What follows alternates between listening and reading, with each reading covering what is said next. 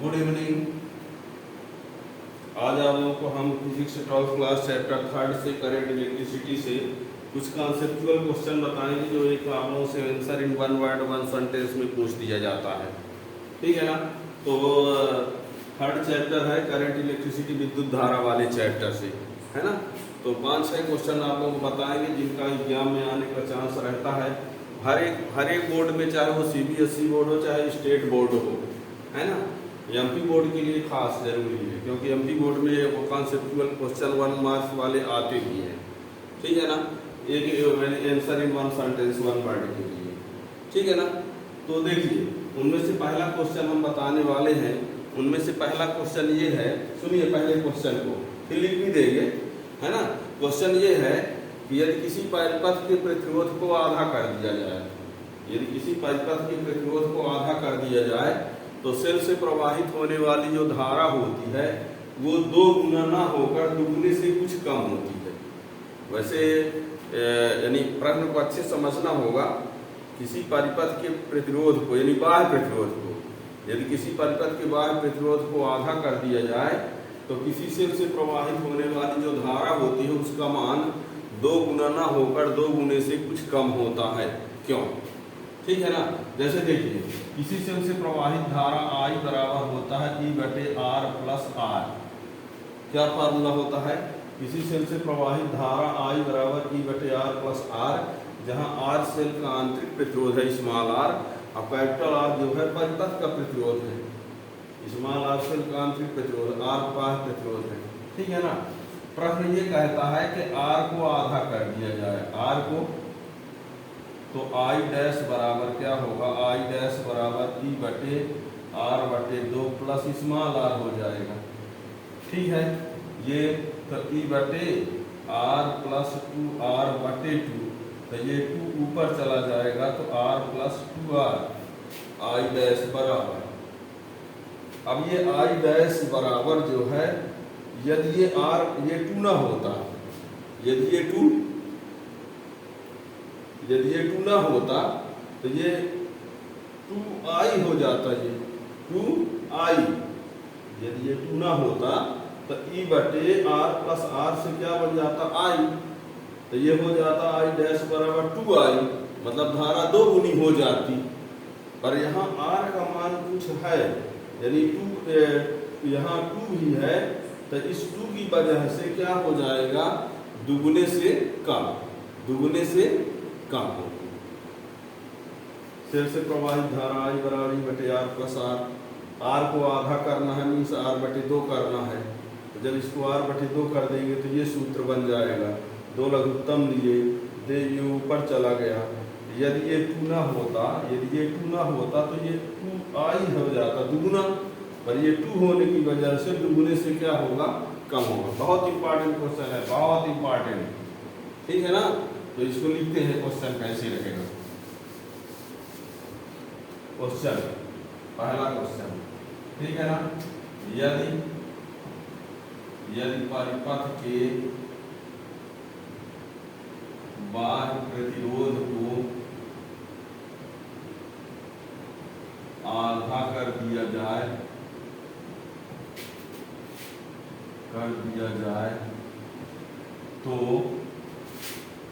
तो सेल से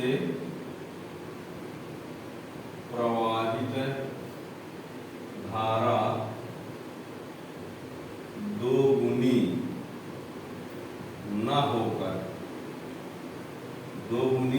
न होकर 2 गुने से कुछ कम होती है। क्यों? ये रहा प्रश्न। यदि परिपथ के बाह्य प्रतिरोध को आधा कर दिया जाए तो सेल से प्रवाहित धारा 2 गुनी ना होकर 2 गुने से कुछ कम होती है। क्यों? तो इसका आंसर लिखेंगे। जब तो क्या लिखेंगे? देखना, किसी सेल के आंतरिक प्रतिरोध के कारण सेल से प्रवाहित धारा I बराबर E/R प्लस R। अब यदि बाह्य प्रतिरोध को आधा कर दिया जाए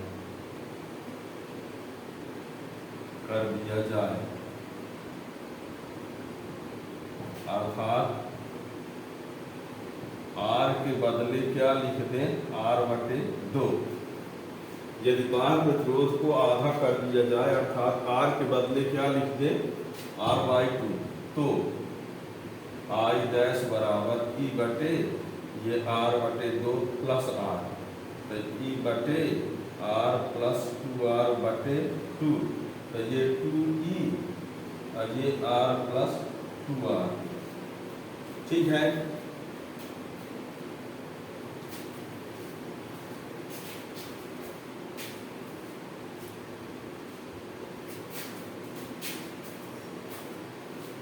तो यहाँ पर क्या हुआ, हमने कहा ना यदि ये 2 ना होता तो इतना पद हो जाता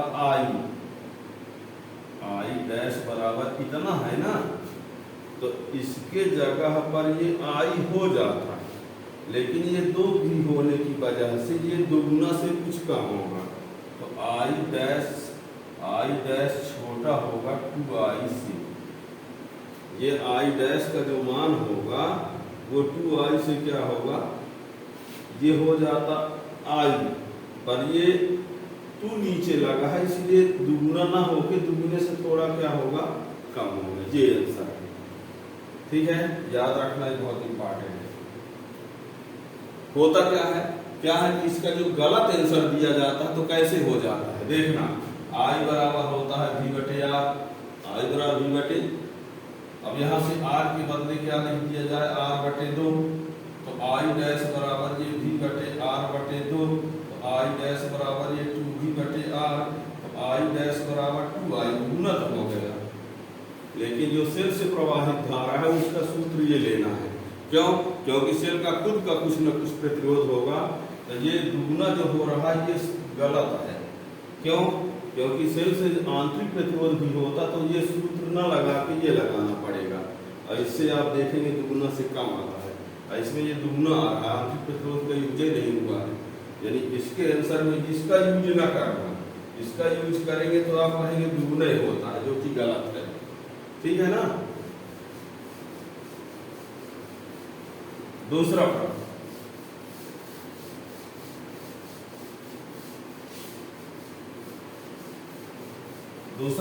ये है, देखिए दूसरा प्रश्न ये है कि देखो गर्मी के दिनों में किसी कार इंजन को चालू करना आसान होता है ठंडी की तुलना में, यानी ठंडी की तुलना में गर्म दिनों में कार इंजन को चालू करना आसान होता है। क्यों, तो इसमें सीधी सी बात है, यानी बैटरी होगा उस बैटरी के विद्युत अपघट्ट का ताप अधिक होगा गर्मी दिनों में, और ताप जब अधिक होगा तो आंतरिक प्रतिरोध कम होगा, और आंतरिक प्रतिरोध जब कम होगा तो उससे प्रबल धारा ली जाएगी, और जब प्रबल धारा प्राप्त होगी तो इंजन को चालू करना आसान हो जाएगा। क्या कहा, ठंडी दिनों की तुलना में गर्म दिनों में किसी इंजन को यानी कार इंजन को चालू करना आसान होता है। क्यों, तो बता देना कि गर्मी के दिनों में बैटरी के या सेल के विद्युत अपघट्ट का ताप अधिक होता है, ताप अधिक होने से आंतरिक प्रतिरोध कम होता है, और आंतरिक प्रतिरोध कम होने से उससे जो प्राप्त धारा होती है वो धारा क्या होती है, प्रबल धारा प्राप्त हो जाती है ना। तो प्रबल धारा प्राप्त होने की वजह से इंजन को चालू करना क्या होता है, आसान होता है। ठीक है ना। तो दूसरा क्वेश्चन देखना, ठंडी के दिनों की तुलना में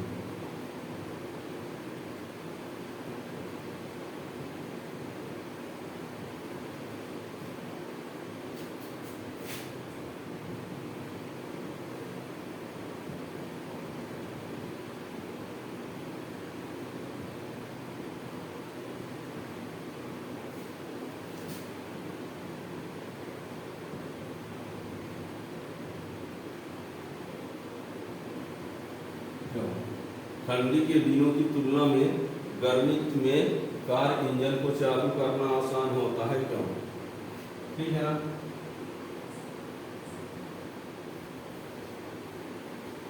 तो यहाँ लिखेंगे इंजन के बैटरी में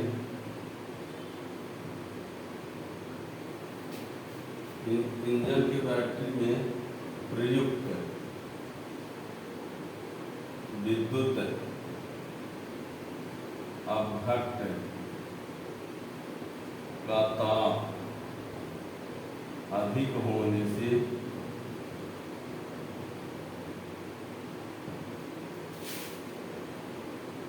बैटरी का आंतरिक प्रतिरोध कम होता है, जिससे बैटरी से प्रबल धारा प्राप्त होती है। इंजन के बैटरी में प्रयुक्त विद्युत अपघट्ट का ताप अधिक होने से बैटरी का आंतरिक प्रतिरोध कम होता है, जिससे बैटरी से प्रबल धारा प्राप्त होती है। आता है कार इंजन को चालू करना आसान होता है ना। ठंडे के दिनों की तुलना में गर्म दिनों की बात चल रही है। किसकी बात चल रही है? गर्म दिनों में। गर्म दिनों में विद्युत अपघट्ट का ताप अधिक होगा, और ताप अधिक होने से प्रतिरोध आंतरिक प्रतिरोध का मान कम होता है, और आंतरिक प्रतिरोध कम होने से ज्यादा प्रबल धारा प्राप्त होगी, और प्रबल धारा प्राप्त होगी तो इंजन को चालू करना आसान होता है। ठीक है ना। और तीसरा क्वेश्चन क्या है? तीसरा क्वेश्चन ये है, सुनिए। जैसे क्या होता है, जैसे मेंस के साथ घरों में जो मेन स्विच लगा हुआ है, मेंस के साथ में बोर्ड के पास बोर्ड से हम यदि उच्च सामर्थ्य का विद्युत हीटर जोड़ दे, तो जब उच्च सामर्थ्य का विद्युत हीटर जोड़ देते हैं तो बागल में आसपास में जो बल्ब जलते होते हैं उनकी रोशनी थोड़ी डिम हो जाती है, लाइट डिम हो जाती है। यानी क्या कहेंगे कि जब मेंस के साथ विद्युत हीटर जोड़ दिया जाता है, जब मेंस के साथ क्या कर देते हैं, विद्युत हीटर को जोड़ दिया जाता है, घरों में उच्च सामर्थ्य का विद्युत हीटर मेंस के साथ जोड़ दिया जाता है, तो घर में जल रहे अन्य बल्बों की रोशनी मंद पड़ जाती है, क्यों? तो इसका आंसर क्या होता है उसको देखिए।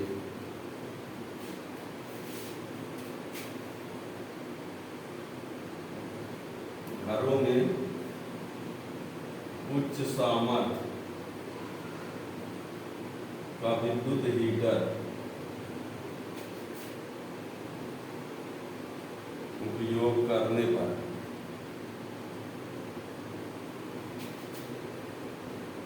घर में जल रहे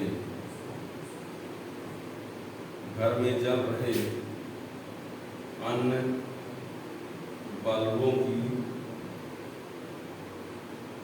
रोशनी मंद पड़ जाती है, क्यों? घरों में उच्च सामर्थ्य का विद्युत हीटर उपयोग करने पर घर में जल रहे अन्य बल्बों की रोशनी मंद पड़ जाती है, क्यों? इसमें क्या होगा, घरों में सभी विद्युत उपकरण जो होते हैं समांतर क्रम में लगे होते हैं। घरों में सभी विद्युत उपकरण कैसे लगे होते हैं? समांतर क्रम में लगे होते हैं। और जब समांतर क्रम में लगे होते हैं और उसमें जब हीटर जोड़ दिए, तो जब हीटर को जैसे ही चालू करेंगे तो हीटर के द्वारा ज़्यादा धारा ली जाएगी। हीटर के द्वारा क्या होगी? ज़्यादा धारा ली जाएगी। तो एक सूत्र होता है V बराबर E माइनस IR। जब हीटर के द्वारा ज़्यादा धारा ले ली जाएगी तो बल्ब के सिरों के बीच, बेस के साथ बल्ब के सिरों के बीच का जो विभवांतर होता है, वो बल्ब के सिरों के बीच का विभवांतर जो होता है क्या होता है? घट जाता है। ठीक है ना। जब क्या होता है, उच्च सामर्थ्य का विद्युत हीटर में इसके साथ जोड़ दिया जाता है तो हीटर के द्वारा ज़्यादा धारा ली जाती है। जब हीटर के द्वारा ज़्यादा धारा ली जाती है तो V बराबर की माइनस IR के अनुसार बल्ब के सिरों के बीच का विभवांतर कम हो जाता है, जिससे बल्बों की रोशनी क्या होती है? मंद पड़ जाती है। ठीक है ना। तो आंसर लिखेंगे घरों में सभी उपकरण समांतर क्रम में लगे होते हैं। जैसे ही उच्च शक्ति का हीटर चालू किया जाता है तो मीटर के द्वारा अधिक धारा ली जाती है, जिससे सूत्र V बराबर E माइनस आई आर के अनुसार बल्ब के सिरों के बीच का विभवांतर कम हो जाता है,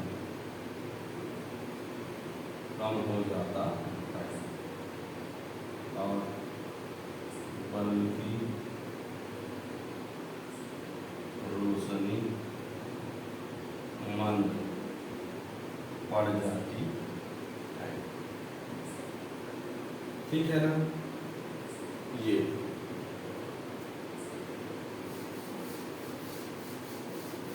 ऐसे एक और भी है कि जब चालू करते हैं तो उसकी हेडलाइट है ना, कारों की हेडलाइट थोड़ी dim होती है, तो उसका भी कॉन्सेप्ट यही है।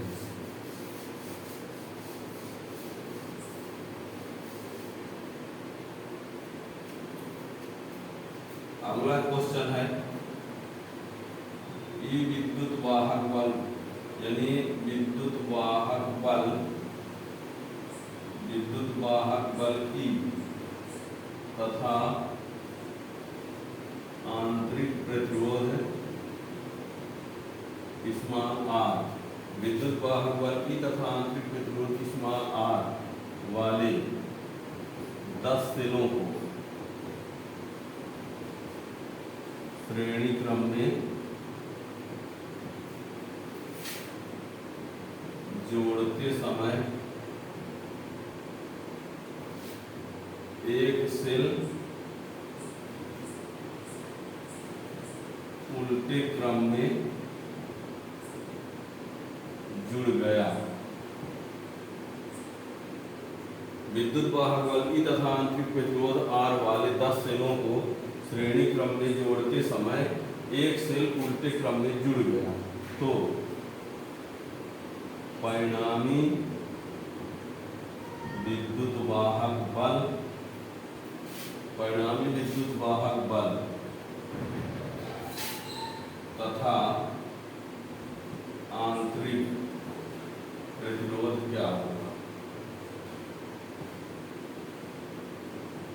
ये विद्युत वाहक बल तथा आंतरिक प्रतिरोध आर वाले 10 सेलों को श्रेणी क्रम में जोड़ते समय एक सेल उल्टे क्रम में जुड़ गया, तो परिणामी विद्युत वाहक बल तथा आंतरिक प्रतिरोध क्या होगा। देखो, ये एक सेल, दूसरा, तीसरा, चौथा, पांचवा, छठवां, सातवां, आठवां, नौवां, और ये रहा 10वां। ठीक है, ये है ई ई ई ई ई ई, आंतरिक प्रतिरोध R R R R R R R R R R. ये आप लोगों को बता दे कि जो कुल विद्युत वाहक बल होगा उन सबके प्लस के बराबर होगा, लेकिन एक उल्टे क्रम में जुड़ा है तो उस प्लस के बजाय क्या लेना पड़ेगा, माइनस, है ना। यानी सब विद्युत वाहक बल प्लस होना चाहिए, लेकिन एक उल्टा है ना। तो यानी परिणामी विद्युत वाहक बल बराबर वही E plus E plus E plus E plus E plus E plus E plus E plus E अब माइनस ई, एक तो उल्टा है, एक उल्टा है तो उसको माइनस करिए, ये इसे कैंसिल हो, कितना हुआ 8 तथा कुल आंतरिक प्रतिरोध की बात यदि करें तो क्या होगा 10R। याद करिए रखना कि विद्युत वाहक बल विपरीत में होने पर माइनस हो जाता है, लेकिन आंतरिक प्रतिरोध चाहे सीधा जुड़ा हो चाहे उल्टा जुड़ा हो, सबका योग फल होगा। तो याद रखना, ये ऑब्जेक्टिव क्वेश्चन कई बार पूछ दिया जाता है ना। एक विपरीत है तो उसको माइनस कर दिया, और ये आंतरिक प्रतिरोध हमेशा क्या होता है, प्लस ही होता है। ठीक है, ये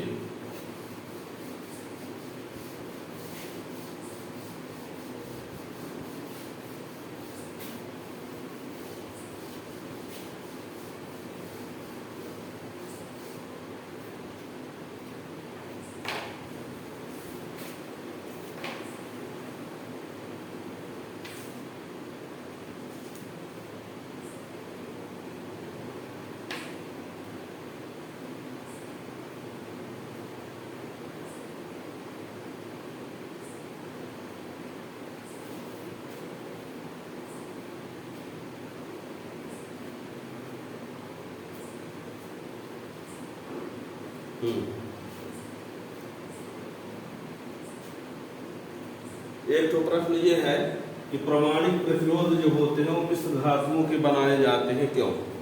प्रमाणिक प्रतिरोध मिश्र धातुओं के बनाए जाते हैं, इसके दो कारण है कि उनकी जो प्रतिरोधकता होती है बहुत अधिक होती है, और इनका प्रतिरोधता गुणांक जो होता है वो प्रतिरोधता गुणांक बहुत कम होता है।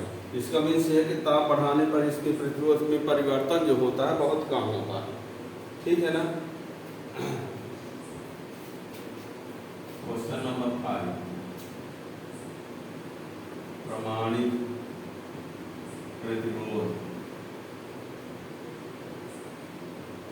मिश्र धातुओं के बनाए जाते हैं, क्यों? तो इसका कारण है आंसर, इसके दो कारण हैं।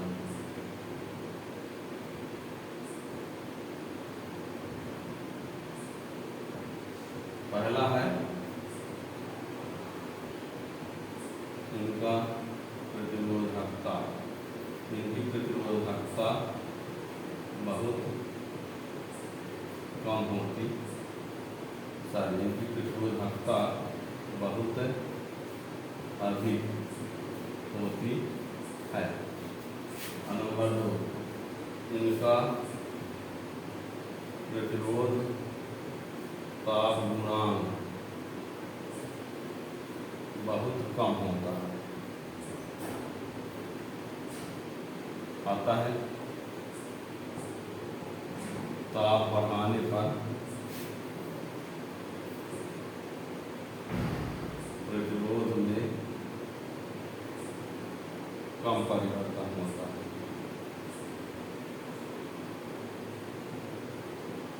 ठीक है ना। इनकी प्रतिरोधकता जो है बहुत अधिक होती है, और इनका प्रतिरोध ताप गुणांक कम होता है, यानी ताप बढ़ाने पर प्रतिरोध में परिवर्तन भी कम होता है। ठीक है ना, ये याद रखना। अब यदि आप लोगों को ये क्वेश्चन समझ में आ गया हो तो चैनल को सब्सक्राइब करें और उसको शेयर करें, और यदि इस प्रकार के दूसरे चैप्टर का भी आप कॉन्सेप्चुअल क्वेश्चन यदि आप पढ़ना चाहते हैं, जानना चाहते हैं, तो उसके वीडियो के लिए आप चैनल को सब्सक्राइब कर लेंगे तो उसका नया जो वीडियो बनेगा उसका नोटिफिकेशन मिल जाएगा। Thank you.